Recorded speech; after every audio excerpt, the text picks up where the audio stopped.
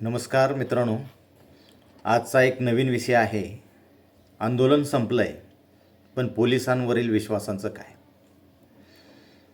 आज आपण एका अतिशय महत्त्वाच्या विषयावर चर्चा करणार आहोत. जंतर मंतरवर सुरू असलेलं आंदोलन आता संपलं आहे. मात्र या आंदोलनानंतर एक प्रश्न देशातील अनेक नागरिकांच्या मनात उभा राहिला आहे. आंदोलन संपलं, पण पोलिसांवरील विश्वासाचं काय? लोकशाही व्यवस्थेमध्ये पोलीस हे कायद्याचे रक्षक मानले जातात. सामान्य नागरिकांच्या सुरक्षतेची जबाबदारी त्यांच्या खांद्यावर असते. त्यामुळे नागरिक आणि पोलीस यांच्यातील विश्वास हा कोणत्याही लोकशाहीचा महत्त्वाचा आधारस्तंभ असतो. जंतर मंतरवरती झालेल्या आंदोलनादरम्यान काही व्हिडिओ आणि काही बातम्या सोशल मीडियावरती मोठ्या प्रमाणात व्हायरल झाल्या. आंदोलकांच्यावरती बलप्रयोग झाल्याचे आरोप करण्यात आले. काही ठिकाणी महिला आंदोलकांना ताब्यात घेतानाचे दृश्य देखील चर्चेचा विषय ठरले. या घटनांमुळे अनेक नागरिकांना पोलिसांच्या भूमिकेबद्दल प्रश्न उपस्थित केले. प्रश्न फक्त एका आंदोलनाचा नाही आहे. प्रश्न आहे पोलीस व्यवस्थेबद्दलच्या जनतेच्या मनात निर्माण होणाऱ्या विश्वासाचा.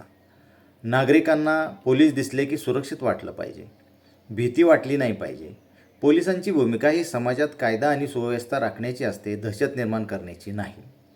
भारतीय राज्यघटना प्रत्येक नागरिकाला शांततापूर्ण आंदोलन करण्याचा अधिकार देते. त्याचवेळी कायदा आणि सुव्यवस्था राखण्याची जबाबदारी प्रशासनावर असते.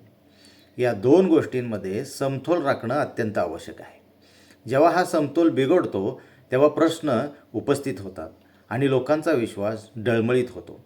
आज आंदोलन करणारी मुले मुली हे देशाचं भवितव्य आहेत आणि त्यांचे प्रश्न, त्यांचं भविष्य, त्यांचं स्वप्न याकडे संवेदनशीलतेनं पाहणं आवश्यक आहे.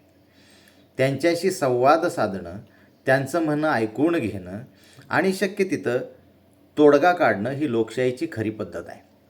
पोलिसांनी हे लक्षात ठेवलं पाहिजे की केवळ शासनाचे कर्मचारी नाहीत, तर ते जनतेचे सेवक आहेत. त्यांची निष्ठा कोणत्याही राजकीय पक्षाशी नसून संविधानाशी आणि कायद्याशी असली पाहिजे.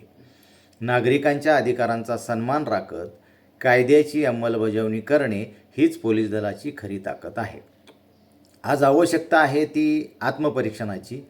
आंदोलनकर्त्यांनी, प्रशासनाने आणि पोलिसांनी या घटनांमधून काही धडे घेण्याची गरज आहे. कारण लोकशाही केवळ मतदानावर चालत नाही, ती संवाद आणि विश्वास आणि परस्पर सन्मान यावर टिकून असते. मित्रांनो, तुमचं या विषयावर काय मत आहे? पोलीस आणि नागरिक यांच्यातील विश्वास अधिक मजबूत करण्यासाठी काय केलं पाहिजे? तुमचं मत कमेंटमध्ये नक्की लिहा. धन्यवाद.